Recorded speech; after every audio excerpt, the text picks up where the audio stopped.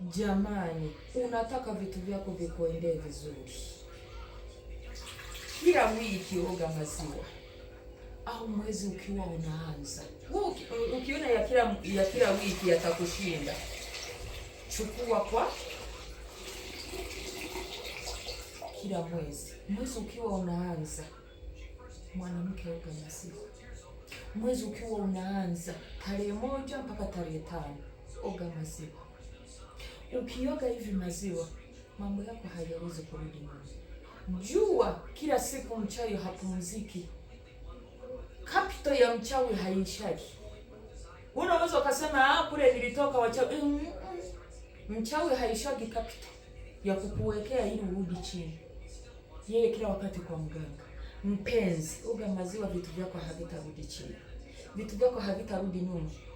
Utaona unakuwa successful kwa kila jambo unaloshika.